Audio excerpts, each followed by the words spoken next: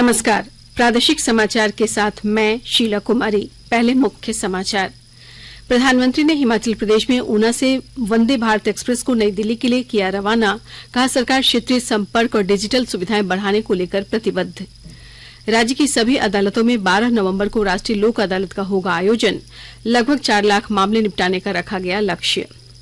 CID ने police मुख्यालय के निर्देश पर सभी जिलों से आईएएस और आईपीएस अधिकारियों समेत अन्य लोगों पर लगे आरोपों पर रिपोर्ट मांगी। और झारखंड साइंस फिल्म फेस्टिवल का तीसरा चरण 14 से 15 अक्टूबर को बोकारो और 17 से 18 अक्टूबर को गिरिडीह में होगा। झारखंड की महत्वपूर्ण फिल्मों की होगी स्क्रीनिंग। और अब समाचार विस्तार से।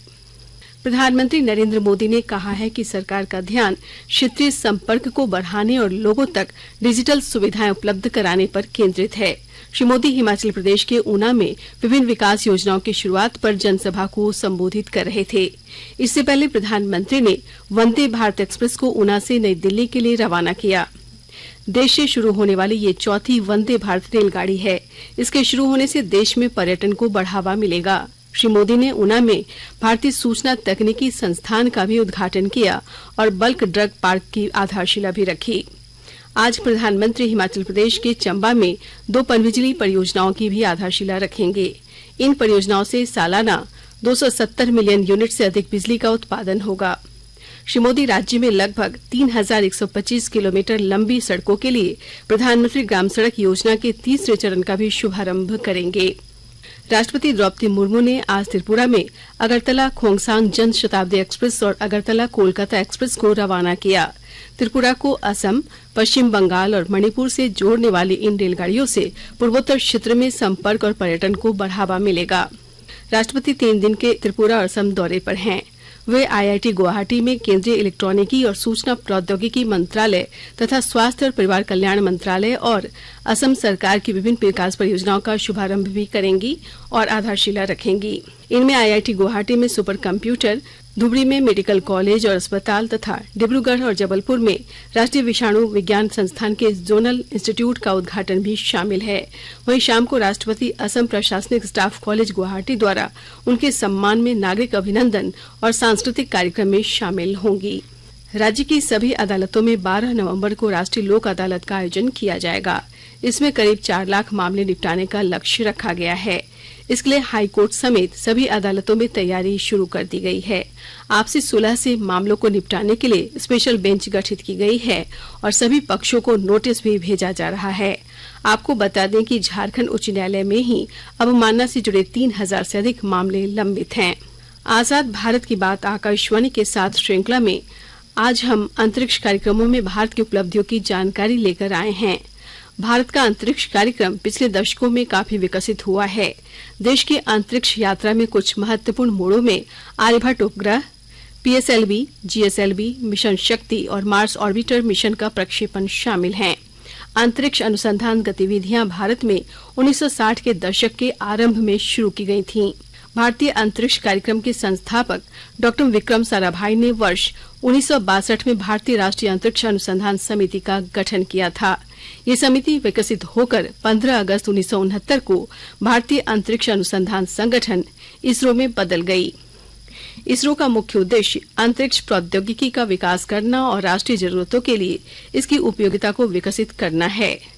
इसरो दुनिया की 6 सबसे बड़ी अंतरिक्ष संस्थाओं में से एक है।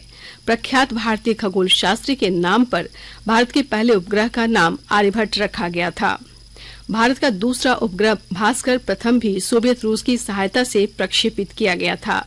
रोहिणी को वर्ष 1980 में प्रक्षेपित किया गया था।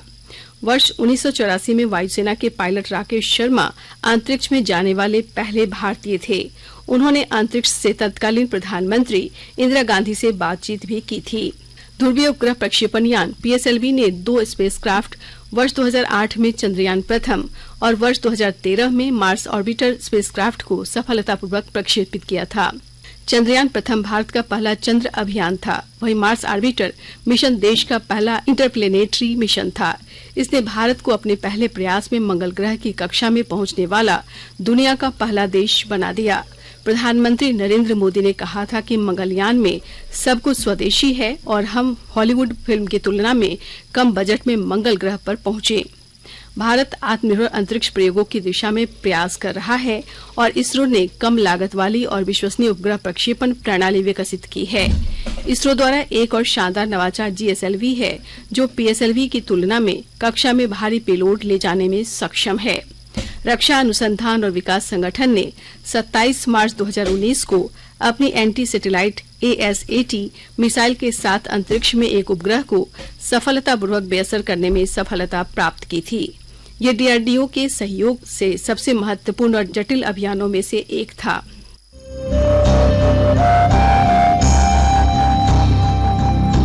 आजाद भारत की बात आकाशवाणी के साथ स्वतंत्रता के 75 वर्ष का उत्सव, जीवंत यात्रा की स्मृतियां, स्वतंत्र भारत की उपलब्धियां और कुछ रोमांचक पल। तो आप भी जुड़िए और सुनना न भूलें 15 अगस्त से प्रतिदिन हमारे FM गोल्ड 100.1 और दूसरे चैनलों पर आजाद भारत की बात आकाशवाणी के साथ। झारखंड में मंकी पॉक्स की एक संदिग्ध मरीज मिली है। बोकारो जिले के चंदन क्यारी की 12 वर्षीय बच्ची में इसके लक्षण पाए गए हैं। बच्ची को रिम्स के डेंगू वार्ड में बने आइसोलेशन वार्ड में रखा गया है। बच्ची के हाथ पैर में चकते उभरे हैं। रिम्स के जनसंपर्क अधिकारी डॉक्टर राजीव रंजन ने कहा कि बच्ची के सैंपल को कोलकाता भेजा गया है। जांच रिपोर्ट का इंतजार किया जा रहा है। फिलहाल बच्ची की सेहत स्थिर है। वहीं रिम्स में डेंगू के भी 10 मरीजों का इलाज चल रहा है। इनमें गढ़वा के 5, गया के 1 और मांझी के 1, झुमरी तिलिया के 2 और पुलिस का एक जवान भी डेंगू की चपेट में है। रिम्स प्रबंधन डेंगू के बढ़ते मामले को लेकर सतर्क है। डेंगू के लक्षणों में मांसपेशियों और जोड़ों में दर्द, बुखार, बहुत तेज सिर दर्द, आंखों के पीछे दर्द, उल्टी आना और चक्कर महसूस होना है। राज्यव्यापी टीकाकरण अभियान के तहत देश में अब तक 2 अरब 19 करोड़ 15 लाख से अधिक कोविड टीके लगाए गए। पिछले 24 घंटों के दौरान 5,69,000 टीके लगाए गए। इसी दौरान 2,786 नए कोविड मामलों की पुष्टि हुई और 2,557 रोगी ठीक हुए। वर्तमान में 26,500 से अधिक लोगों का इलाज चल रहा है। आकाशवाणी के ताजा तरीन समाचारों के लिए आप हमारी वेबसाइट newsonair.com पर लॉग ऑन कर सकते हैं। ताजा समाचार Twitter handle @AIR news alerts और Facebook page all India radio news पर भी उपलब्ध है। आप प्रादेशिक समाचार एकांश के ट्विटर हैंडल @AIR न्यूज _ और फेसबुक, इंस्टाग्राम पेज तथा YouTube channel AIR news Ranchi पर भी हमारे बुलेटिन सुन सकते हैं। प्रादेशिक समाचार आप आकाशवाणी रांची से सुन रहे हैं और अब पेश है कोरोना से बचाव के कुछ संदेश।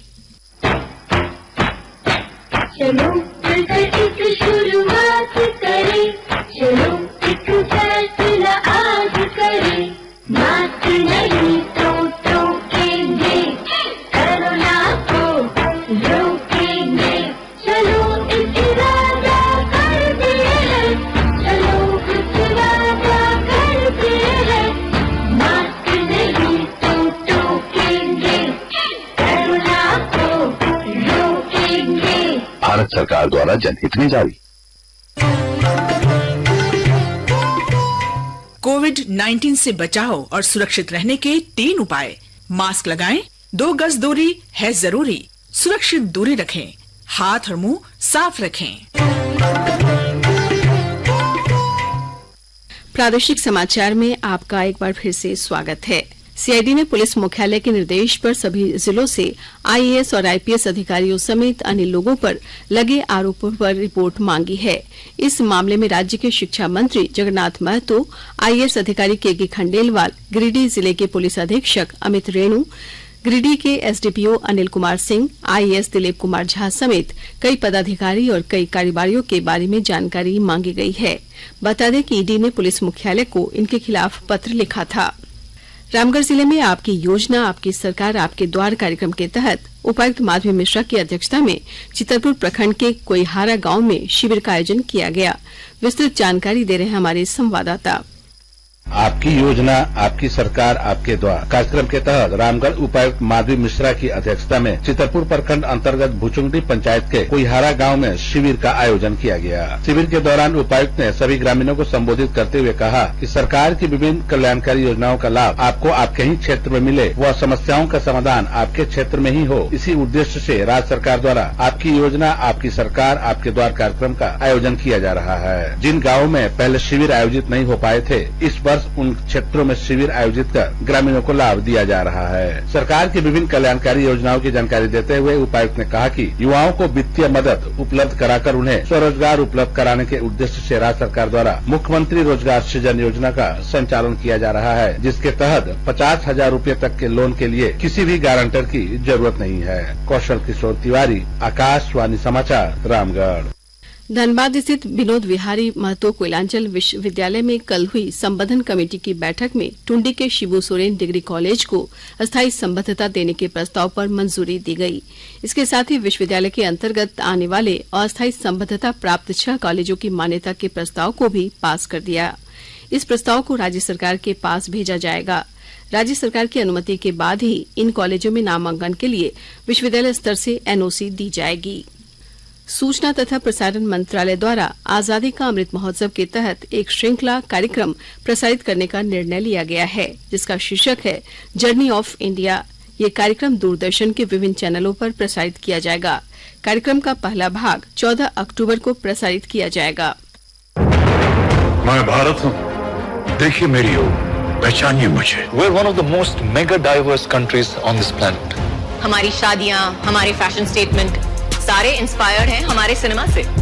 75 साल का नौजवान Bharat. What we are really going to see India become is a powerhouse. India 2.0. The Journey of India 14 अक्टूबर से प्रत्येक शुक्रवार शाम 7 बजे हिंदी में और रात 10 बजे अंग्रेजी में DD नेशनल पर। झारखंड साइंस फिल्म फेस्टिवल का तीसरा चरण 14 और 15 अक्टूबर को बोकारो और 17 और 18 अक्टूबर को गिरिडीह में होगा।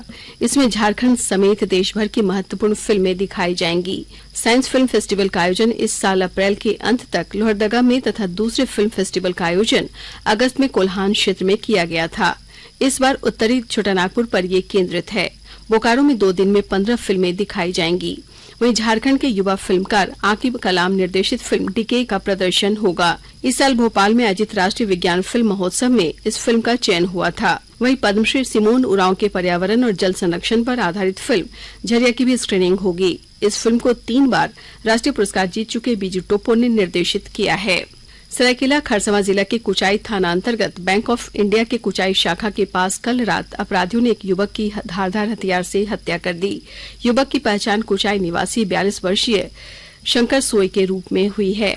हत्या के कारणों का पता नहीं चला है। सूचना के बाद आज सुबह पुलिस घटनास्थल पर पहुंची तथा मामले की छानबीन शुरू की। और अब संक्षिप्त खबरें।